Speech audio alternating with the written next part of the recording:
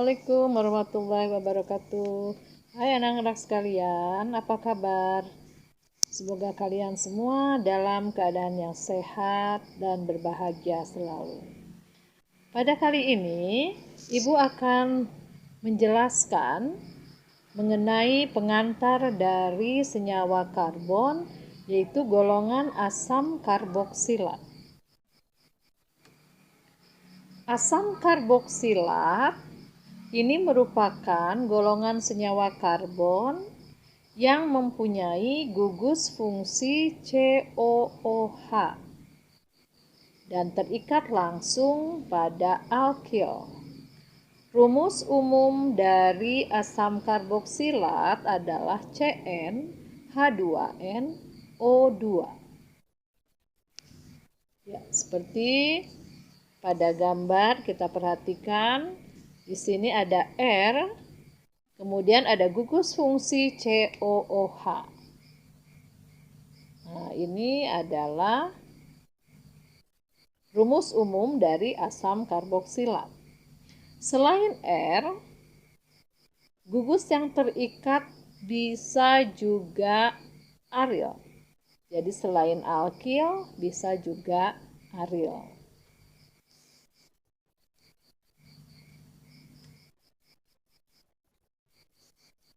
Beberapa senyawa asam karboksilat yang kita kenal dalam kehidupan sehari-hari ada yang merupakan senyawa asam karboksilat yang paling sederhana, yaitu asam metanoat.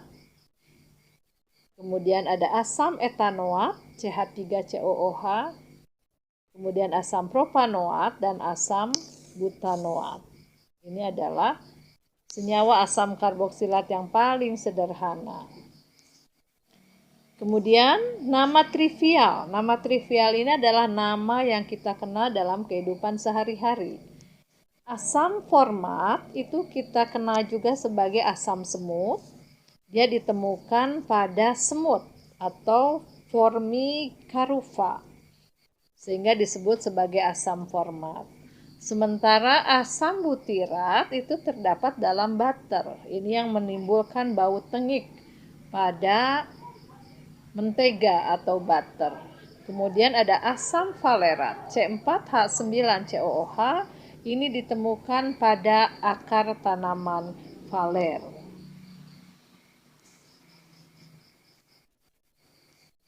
Asam karboksilat seperti aldehid, dia tidak mempunyai isomer posisi karena gugus fungsinya dapat berubah hanya struktur alkil.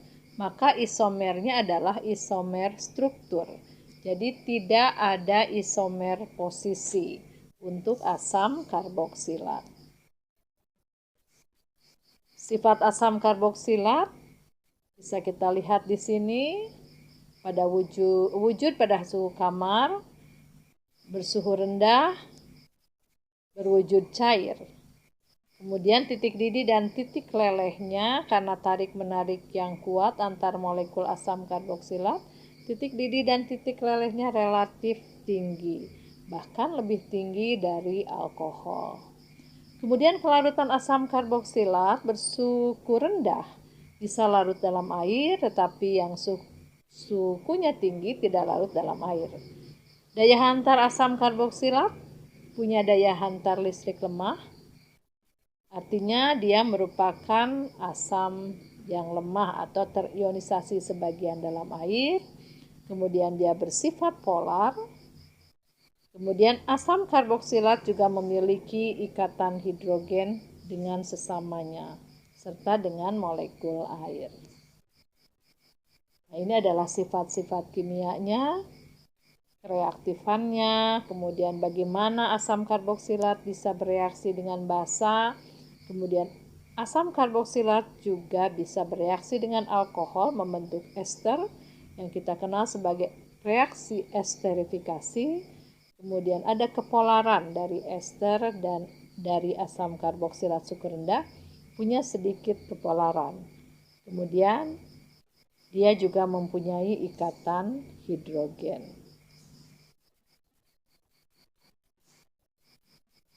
Manfaat asam karboksilat dalam kehidupan sehari-hari.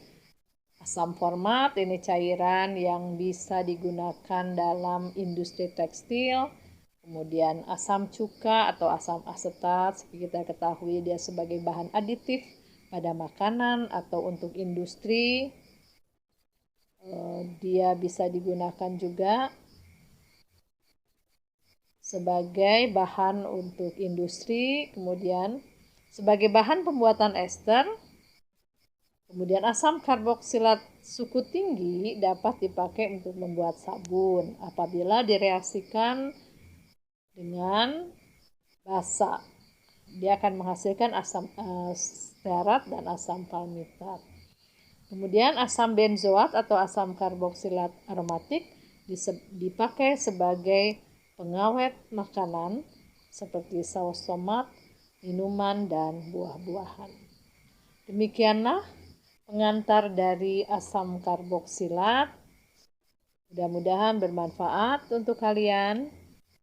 Terima kasih atas perhatiannya.